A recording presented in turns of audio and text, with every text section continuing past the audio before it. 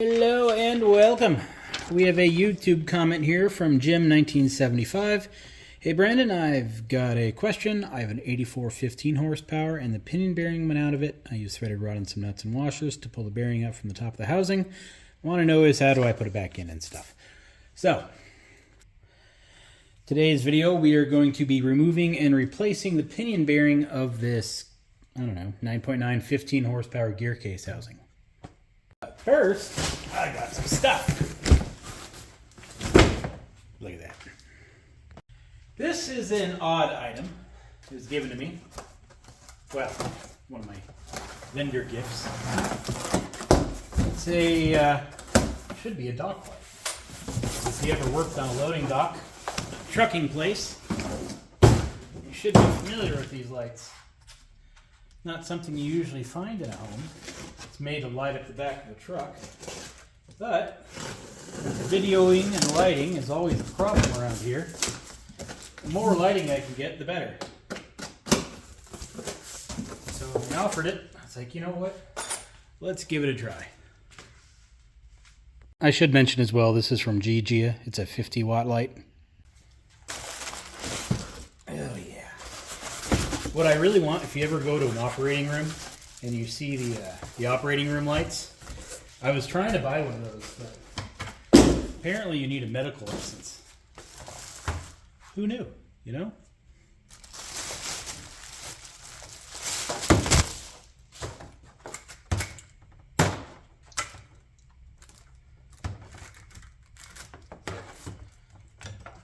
Oh, this thing I like already. One of my concerns was it being floppy and loose, to where it's not going to stay put. You know what I mean? This thing is, they got nylon washers, bolts are pretty tight. It looks like it'll stay wherever I put it. Oh, this is going to be nice. Let me get it together. Now that is a desk light. I'm going to turn it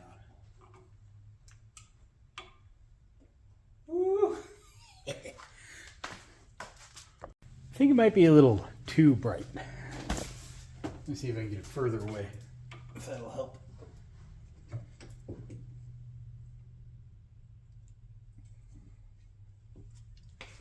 Well, I mean, it helps me, that's for sure.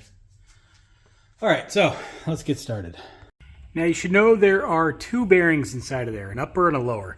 If you only pulled out the upper, the only tool you're going to need is 319931.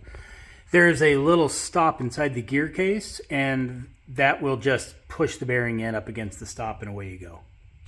Once you get the upper out, you can remove the lower using 319880.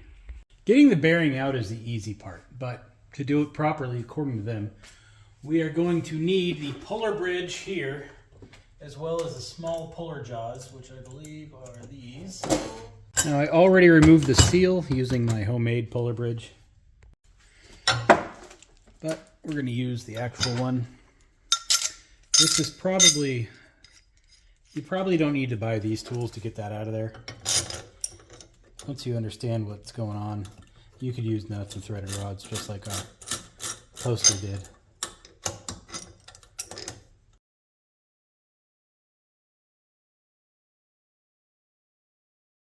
Well, it seems as though the housing is pretty stubborn. The seals were actually very hard to get out of there too. Anyway, so there's the bearing.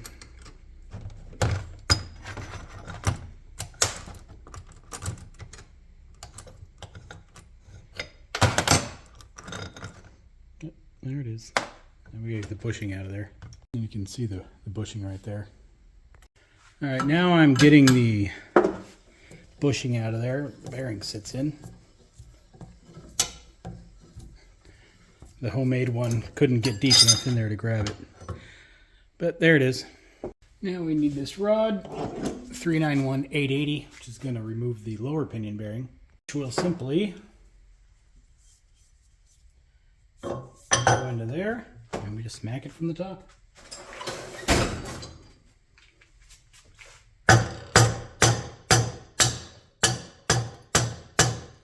At least that's the theory. It ain't moving.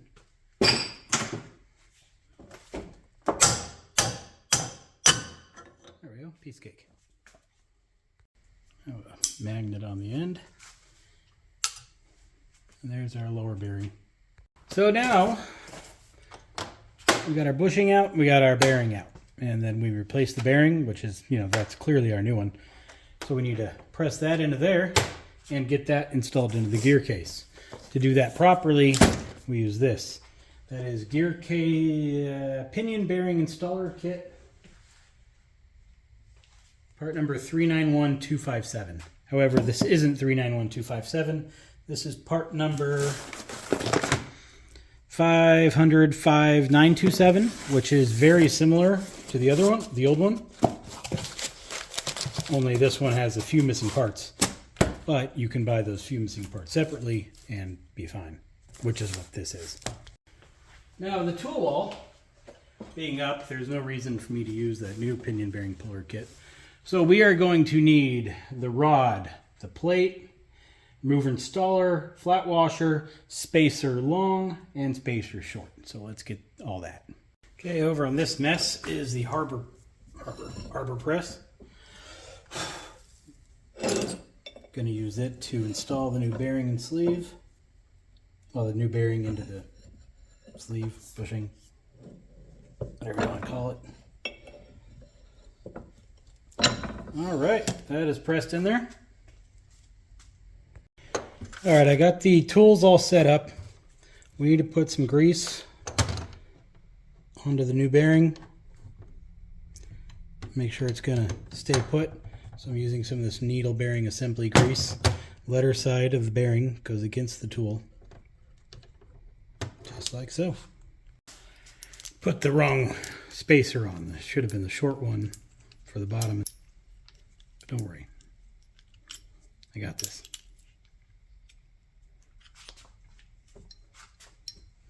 So we need to make sure all the washer is flat, the spacer is flat up against the washer, and everything's hunky-dory. So far, so good. Now we just need to press that in there. That's the easy part. I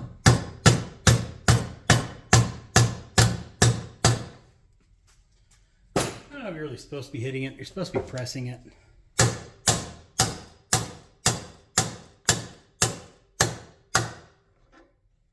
So everything is nice and flat. And no bearing. We have tool 319931. This is a bearing installer. I should have used this to press the bearing into the actual sleeve, but I didn't. Now this luckily has a stop right here, so you can't get that in too far. So I don't know if you necessarily need. Should I put the handle on? I'll put the handle on. Don't worry about the handle.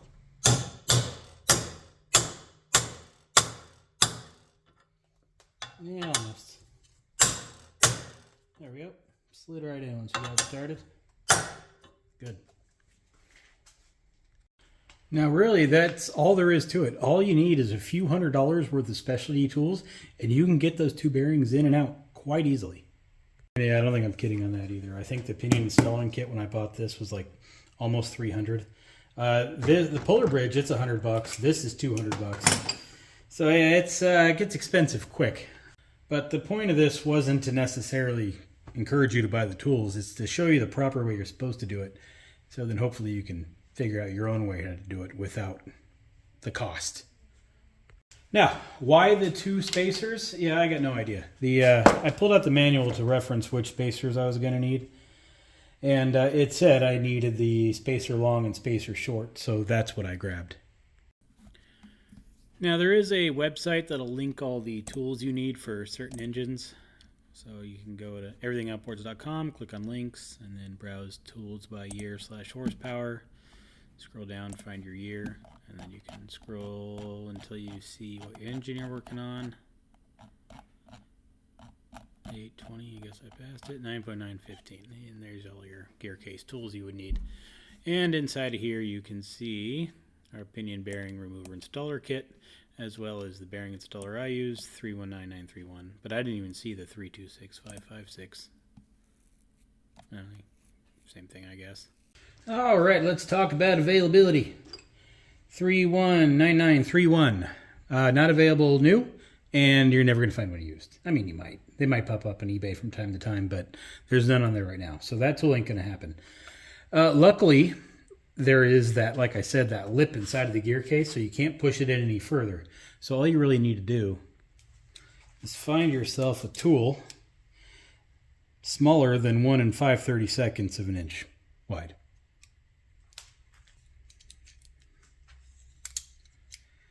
Uh, 1 11/64. So there you go. A 7/8 bearing installer socket is what you need. That's pretty darn close.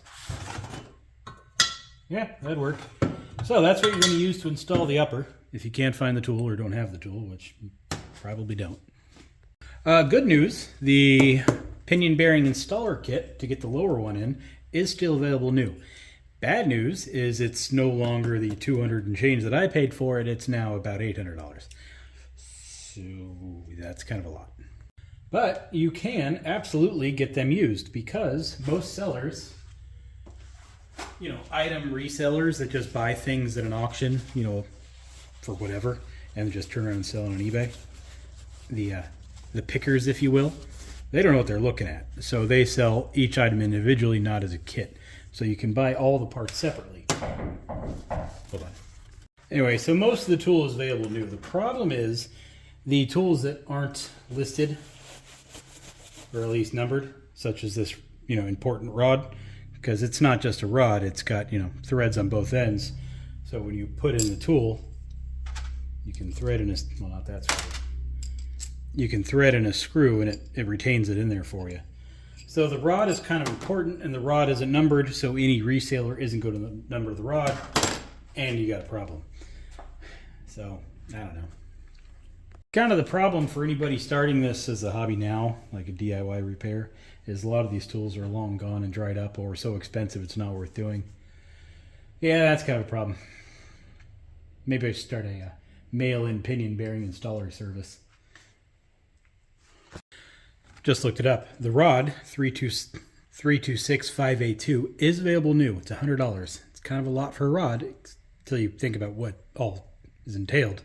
You know, it's a specially sized with threads on both ends.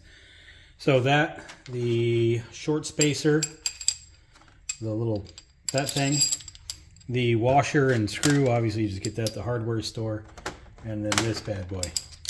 You know, that's your key components you'd need. So yeah, this is kind of my hack when I need to do something like this that I don't already have the tools for. I look at the kit and then look at the components of the kit versus the components I need, and then price them out individually, which is what I did here. So the rod, remover, pilot pate, service tool, the spacer, the important parts you need, they could be had for a little as $134.18 plus tax and shipping. Way better than the $800 kit. That's a doable price, I think. My desk light, quite pleased with it. It's working out pretty well. I got to find somewhere better to mount it because obviously right there ain't going to work. I'd like it probably mounted to the wall. The problem is that those tool posters are right behind it. I'm not about to bolt it to the tool posters. And if I bolt it on this wall, it'll be too far away. But I do have space between the garage doors here, which is where that thing would go anyway. I'm thinking about putting it there, just so, you know, when I'm working on something, whether it be a boat or a car or something, you know, car, if I pull it in backwards, I could use that light to light up the engine bay. Or if I'm unloading stuff out of the trunk at night, just open the garage door. I don't know, it's a lot of uses I think I could find for it. So if you're interested in the dock light, or in my case, the best darn desk lamp you'll ever see, I'll put a link below. They also sell a bunch of other commercial lighting, like parking lot lamps, temporary worktop lighting, job site string lights, all kinds of neat stuff actually. Well anyway, until the next pinion bearing video, I will see y'all later.